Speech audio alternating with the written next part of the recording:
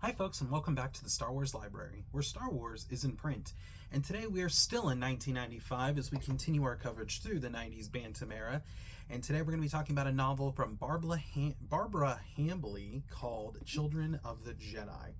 This is the first of a unofficial trilogy from Bantam. It wasn't intended to be a trilogy, but it kind of evolved as stories came out.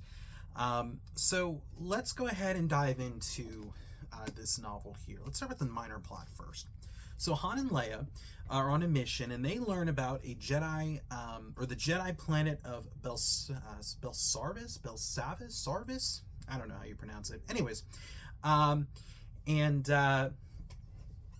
so we are introduced to the Duringthis, which are the characters of Roganda and Irek.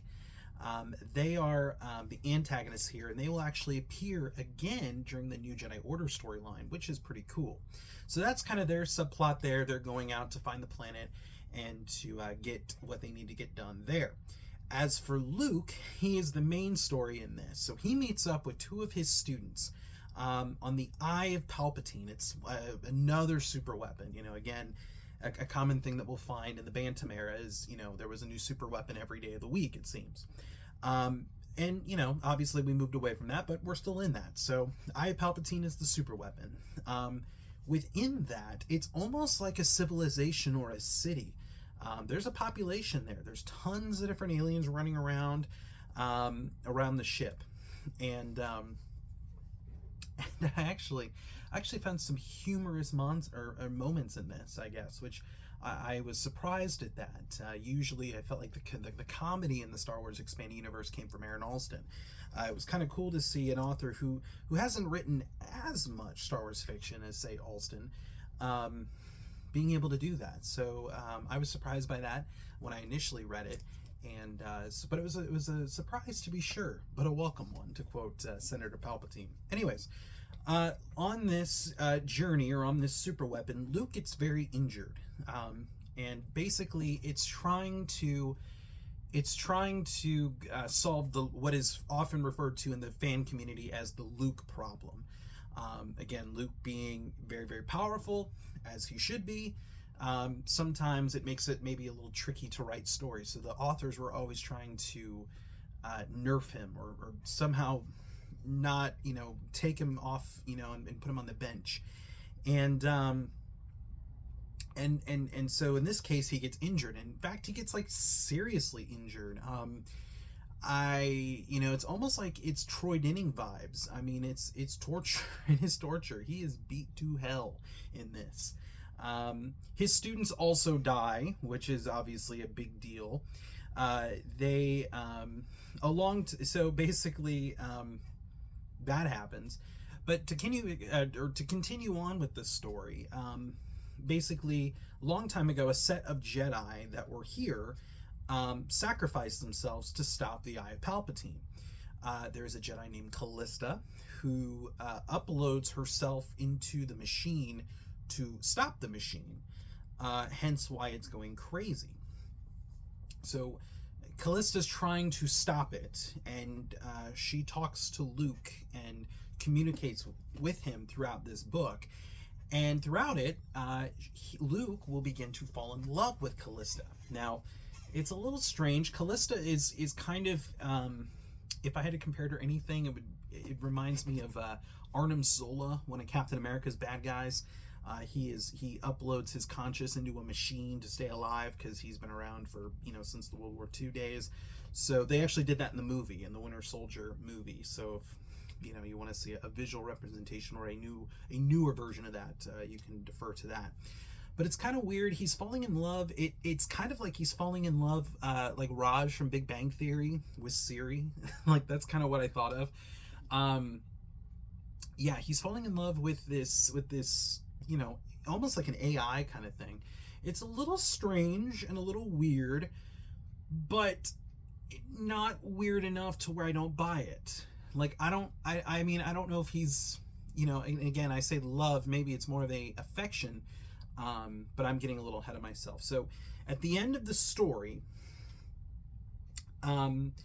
Cray, who is one of the students, As she dies, she basically lets Callista take over her body, similar to Exar Kun and all of that. So that happens, and Luke basically realizes that it's Callista who has now possessed Cray. And then apparently, like Cray's body, like, she starts to look more like Callista than she does the former students. Like, her body's like morphing into like it's a little strange there, and so her form changes. It's I don't know, it's a little weird. But yeah, so then Callista becomes this, as this human being. Palpatine is stopped. Luke has this new love interest, and they basically go off together, and here we go.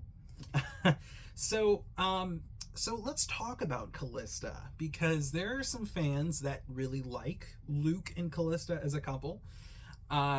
And there are some fans, just like they were back in the day when this came out, who very much so were like, no, Luke and Mara. Well, first of all, Mara's kind of off doing her own thing right now during this story, so she is not even in the picture. Like, she's not even acting like she's interested in Luke.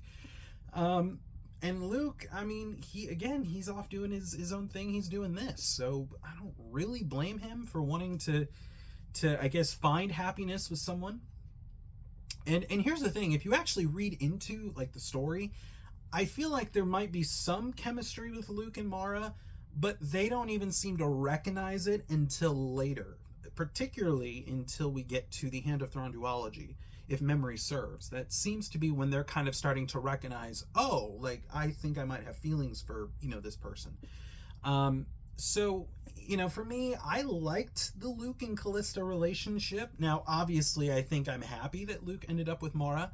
I like how the story panned out, and obviously, when they have Ben and what comes after that. But I didn't mind Luke and Callista together. The first time I read this, and again, I read this was one of the later EU books that I read. So I already knew where Luke was going. But seeing him with Callista, I was kind of like, okay, like, obviously. But again, I'm putting myself in a fan's shoes who's reading this in publication order. They don't know that Luke and Mara are going to ultimately end up together, so I can understand that. But I don't mind Luke and Callista. Obviously, this will lead to some cool things down the road. So, is this story essential? I would say yeah. If you're going to read this whole Callista story arc, it's pretty essential. With the next two novels that, again, form an unofficial trilogy, similar to how Labyrinth of Evil, the Revenge of the Sith novelization, and Dark Lord formed kind of an unofficial trilogy. This is the same thing. I don't think this is, an EU book that you should rush to read, but is it a good one?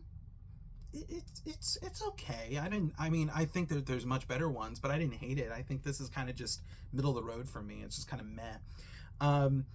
It does introduce, again, Callista to the heroes of the New Republic, and then ultimately the New Jedi Order and Legacy era, which, again, I don't want to give a lot of spoilers, but if you do intend to read Fate of the Jedi, it might be a good idea to have an idea of this book and of Callista. I'm just saying. But anyways, folks, that is all the time I have for today. Thank you so much for tuning in, and I will see you next time with another episode of the Star Wars Library.